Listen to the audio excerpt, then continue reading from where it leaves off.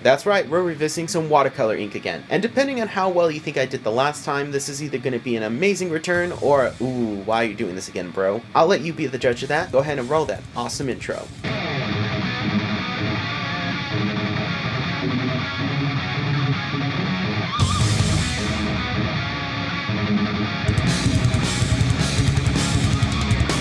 What's up guys, I'm J.A.M.B.E.R of BATTLEBRAWLERproductions, and today we're continuing a look at the Dr. C.H.A.M.B.E.R's ink catalog with the Dr. C.H.A.M.B.E.R's Hydrus Fine Art Watercolor. I'm really curious to give this a shot because I do like working with watercolor inks, and I think this will be a fun little change of pace. Hopefully we'll find a Dr. C.H.A.M.B.E.R's ink we actually like, as the track record is showing no, that is not the case. The packaging is pretty simple. It's your standard glass bottle with an eyedropper. Of course, it has the logo on top. Just a few little things here and there on the side. It is a really nice straight glass bottle, and this does sell for $9.99 to about $11.99 depending on where you go for 1 fluid ounce. So I think it's actually a pretty good deal considering it is a watercolor ink. So it has to be formulated a little different from normal inks. No sense in delaying the inevitable. Let's go ahead and break out our sketchbook.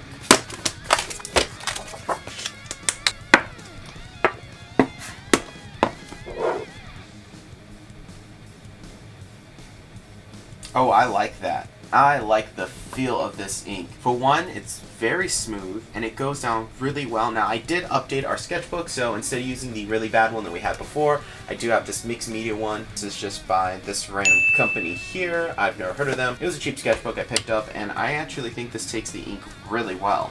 And you can see that our lines are very clean, very nice. We're getting some good line variation with it. It really is sticking to the nib. Of course, I am doing small little dips because I really don't want to stress out my nib too much. It just started. There we go. So I like that. Let's go ahead and do our quill nib, our brush, and we'll of course check out the watercolor aspects of this ink because I'm really curious to try them. Quill nib. Ooh, that looks good. I like that. I like the feel that I'm getting from my quill nib. A lot of times I kind of feel like the ink doesn't, flow as well with the quill nib, but here it really is very nice. I'm actually really liking a lot of the actual nib action I'm getting here. You can see it's lasting quite a bit, which is nice. We're getting some good line variation. Let's go ahead and do our brush test. And yeah, that's smooth. I like how that's going down on the page. That is nice. Now, of course, I can't wait to add some watercolor techniques with this. I think this is going to be really fun to use.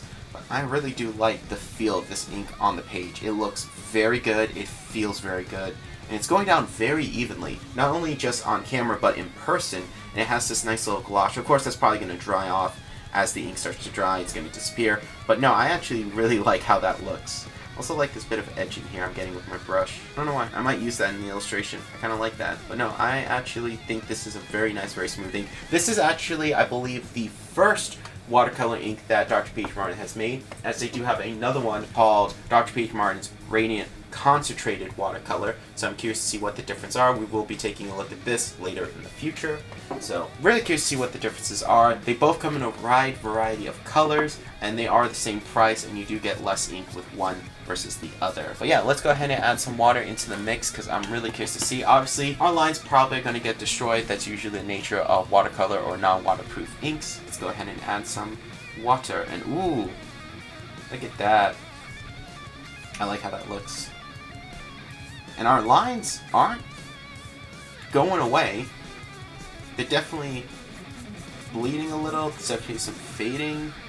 But no, I actually really dig this. I actually like this. So you could probably do your line art with the actual ink itself and then go over it with some watercolor and some watercolor techniques and some water, and it won't fade too much. I mean, I definitely will be using a different ink to do the line art and really focus on layering and different techniques with our illustration using this ink. And of course, we will be using a Dr. C.H.A.M.B.E.R's ink, so don't worry about that. But yeah, you can see that this is, I actually really like this. To water this down more, really pick up the pigment and try to spread it. I actually do like this. I like this a lot. I think this is going to be really, really fun. You can see us pulling the pigment off of this spot here. I actually really dig this. And here I am noticing the line art is getting a little ruined. That is to be expected, but it actually lasted a lot longer than I thought it would, so that's a pretty good watercolor ink in my opinion if it could do that. Now that we did our test, we have a good kind of baseline on what this ink is like. Let's go ahead and dip into our illustration of today, which is going to be something a little special that I think you guys will like. So today's illustration is of the Magician. I know we haven't actually illustrated her in a while, but I'm really excited to go in and make this piece come to life. I will be doing all of my line art with the Dr. C.H.A.M.B.E.R's Black Star ink. I think this will work really well for the the actual line art, so we don't have to worry about it getting smudged or ruined. Then I'll be going in and adding some layering techniques and watercoloring techniques with the Hydrus ink, and depending how confident I feel, I may go in with my actual Suguru set of watercolor, go in and add just a little bit of color to the piece. I'm not quite sure how much, we're going to see how well this goes, but with all that said and done, let's go ahead and roll that super time lapse. Making this piece was definitely fun, interesting, and a challenge, but if I was to do it again, I would do things very differently. I do think this is the best watercolor piece we've done on the channel so far, but oh boy, could it have been a lot better. And the ink itself, the actual Hydrus ink, is really good. I really like it. I think it's a great watercolor ink. Very good high quality, strong pigmentation, layered really well. However, that using it with another Dr. P.H. Martin's ink for line art was my mistake. Normally I would use a Winsor & Newton ink as they're my favorite brand, they're really good, and they're waterproof. But I decided, hey, I'm going to actually keep it in the family and use a Dr. P.H. Martin's ink to do my line art, and that was my mistake. You see, the thing about it is that Dr. P.H. Martin's inks aren't that good in terms of waterproofness, and I kind of forgot that, so I just grabbed a Black Star ink and did all my line art. It was really good. I filled in the areas with a brush, and I did like it. I actually found that this time the ink worked really well with a brush and a dip pen, which normally that isn't the case, but we'll look past that. And I just went in and did everything. After that, I started my watercolor, and I immediately noticed, and keep in mind, I did give this piece plenty of time to dry in between layering. I gave it about 15 minutes to make sure that it was good and dry, and I touched with my hand and it was still dry, so I was like, okay, I can go in now. And immediately, as soon as that watercolor ink hit, it bled. And that's a problem because I want to actually do some layering. I want to do some shading that you normally can't do with waterproof inks because you can actually go in and blend them pretty well. Go in with just a wet brush and add this layer and mesh to it that really looks nice, and I couldn't do that because anytime the brush hit the line art, it immediately darkened the area. And that was really bad because I wanted to have different tones in the piece, and here I felt like it kind of muddled together. So I decided to leave certain aspects of it just pure white, that way it has a little bit more eye-catchiness to it, and I knew I couldn't get a lighter tone. Then I just went in and did the backgrounds. Now, the backgrounds were really fun. Since there was no line art at all, I really got a good feel of the actual ink itself, and the watercolorness to it is awesome. I absolutely love how this went down. I did my normal blocking and created kind of like a tube tunnel shape. I wanted to have some contrast in there and some fun little tones in the middle, so I went in with my Kirby Crackle, of course with my Q-tips, and after everything was done, I said, you know what, I'm going to color this.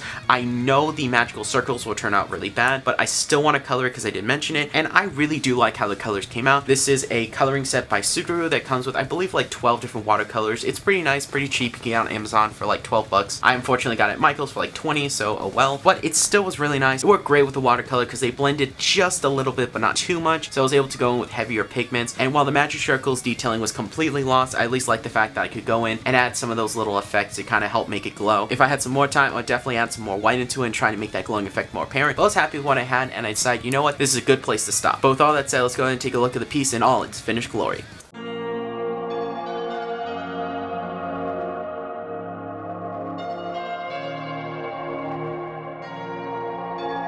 And we're done, and guys, I absolutely love how this piece came out. Easily in my top 10 favorite pieces. And that's the thing when it comes to using watercolor inks, is that you can create something really unique, something that stands out among the other pieces in your portfolio. And every time we've done that, I feel like that's the case. We really create something that does stand out, that looks cool, and I always love how it looks. And if you guys like it, it is available on ArtStage account for a $1 digital download. It's that first link in the description down below, and it really does help the channel out. But putting the piece to the side, let's talk about the actual ink itself. And I know I mentioned it in the actual review, but I really do like this. I think it's a really good, high quality watercolor ink. And on my scale of 1 to 10, I'm actually going to rate this a solid 9. It's not perfect, there's a few flaws with it, but I do think overall it's really good. It's got a strong pigment, so if you're looking for that, a strong black pigment to look with your watercolors, there you go, this has this. I know normally you want a bit of a weaker one with the black because it can really overtake the other colors, but here, you know, that is something that I actually really like. I like that darker tone, I like those stronger blacks, and here, this ink really was able to do that. You know, if it was a little cheaper, I think definitely that $15.99 price range, depending on where you go, is a little too much, but if you can get it for $9.99 or just like $10.99, I think that's a really good deal, and that's the price I paid for it on Amazon. So if you guys like this video, go ahead and leave a like on the video, subscribe to for more art and animation based content. Also leave a comment of what you guys think of the illustration, areas you think I could improve on, or areas you like,